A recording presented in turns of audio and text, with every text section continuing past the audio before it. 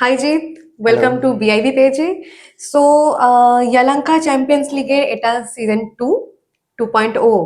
So as a captain তোমার experience আর তোমার যে এই বছরের যে এই তোমার টিমের নাম কি আছে আর তোমার নিজের স্টোরি যদি আমাদের সাথে শেয়ার করো। আমার টিমের নাম হচ্ছে ফিউচার ফোর্স। ওকে। তো future force as a captain হিসেবে এটা সেকেন্ড টাইম, মানে প্রথম বলতে গেলে বড় টুর্নামেন্টে ফার্স্ট টাইম করছি আমি ক্যাপ্টেন্সি। তো আগেও করেছি একটা ফিউচার ফোর্স নিয়ে একটা হুম হুম। টুর্নামেন্ট খেলেওছি, সেটাতে অবভিয়াসলি চ্যাম্পিয়নশিপ হয়েছে। তো এইটুকুই। আচ্ছা, মানে অ্যাজ আ ক্যাপ্টেন তোমার এটা সেকেন্ড টাইম, রাইট? হ্যাঁ, ক্যাপ্টেন হিসেবে বলতে হবে সেকেন্ড টাইম। ওকে। সো এই যে তোমার টিমের নাম ফিউচার ফোর্স, সো নামের পিছনে যে কি স্ট্র্যাটেজি আছে, কি কি মানে তুমি কি ভেবে নামটা রেখেছো? অ্যাকচুয়ালি ধরতে গেলে আমাদের মানে প্রথম থেকে আমার একটা ইচ্ছে ছিল, যেটা মানে ব্যাঙ্গালোরে এসেছি মোটামুটি 1 বছর আগে। ওকে। তো তখন থেকে একটা ইচ্ছা ছিল যে আমার কলেজে ছেলেপুলেদেরকে নিয়ে, মানে আমার সেম কলেজে, সে ব্যাচমেট বা জুনিয়র হোক সিনিয়র হোক, সেটা একটা কলেজের ছেলেপুলেদেরকে নিয়ে আমি একটা টিম বানাবো। সো সেটা নিয়ে একটা বলতে গেলে একটা জুনিয়র টাইপের হয়েছে না, একটা সেম এজের আর কি, এজ টাইপের। তো সেখান থেকেই ভেবে টেবেই একটু চিন্তা ভাবনা করে দিয়েছিলাম future force. Future force, nice. So আলাদা কোনো স্ট্র্যাটেজি আছে এবছরের ভাবনায়, মানে খেলায় সেটা তুমি ইমপ্রুভ করবে লাস্ট ইয়ারের থেকে এবছর? হ্যাঁ, অবভিয়াসলি লাস্ট ইয়ার থেকে এবারে ইমপ্রুভ কিছু করতে হবে। আগের বারে অনেক কিছু একটু ভুল হয়েছিল, সেই আচ্ছা। ভুলগুলো এখন সেগুলো শুধরাবো, ওগুলোই Nice. করবো। আর তাছাড়া দেখা যাক কি হয়ে যায়।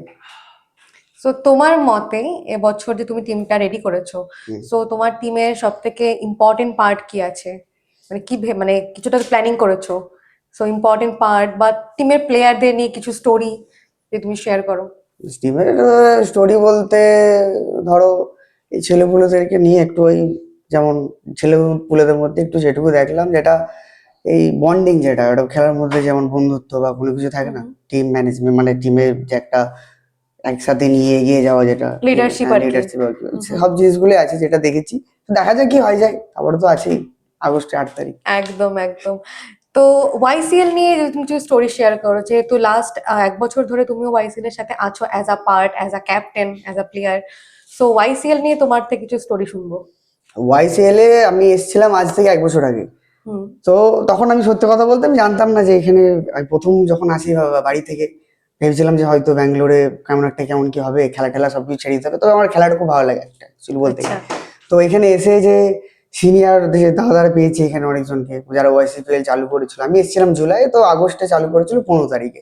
15 আগস্টে আমাদের ওয়াইসিপিএল সিজন 1টা শুরু করেছিলাম। হুম। তো সিনিয়র দাদাদেরকে একটা কথা বলবো যে মানে এই যে একটা ফ্যামিলির মতো বাইরে থেকে এসে যে এখানে একটা ফ্যামিলি ক্রিয়েট করেছে, বা এখানে একটা ওয়াইসিপিএল সিজন 2 শুরু করেছে, এটা দেখে একদম আমার খুব ভালো লাগলো।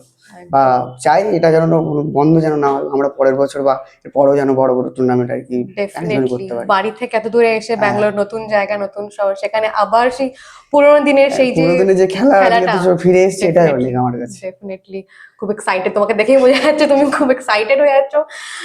খুব ভালো। সো অ্যাট লাস্ট মানে মানে আমাদের দর্শকদের জন্য কি বার্তা আছে? দর্শকদের জন্য একটাই বার্তা, যে এসে যেন খেলাটা দেখে। কারণ আমরা আগের বারে তো ধরো এভাবে এতটা অ্যারেঞ্জমেন্ট কিছু করা হয়নি যে বাইরে থেকে ছেলেপুলে আসবে বা কোনো কেউ আসবে দেখে, বা হুম লাইভ স্ট্রিম করার কোনো কিছু তো হুম ছিল হুম। না। এবারে করা হয়েছে, পারলে স্টেডিয়ামে এসে দেখতে পারে, বা লাভর তো লাইভ স্ট্রিম হবে, সেটা দেখলে আরো ভালো ডেফিনেটলি হবে। ডেফিনেটলি জিৎ, অনেক অনেক কংগ্রাচুলেশনস থ্যাংক তোমাকে। ইউ। আর বাকি তো মাঠে দেখা হচ্ছে। সো অবশ্যই দেখা অল হবে। দ্য বেস্ট, মাঠে দেখা হচ্ছে। একদম, থ্যাংক ইউ। Thank you. বন্ধ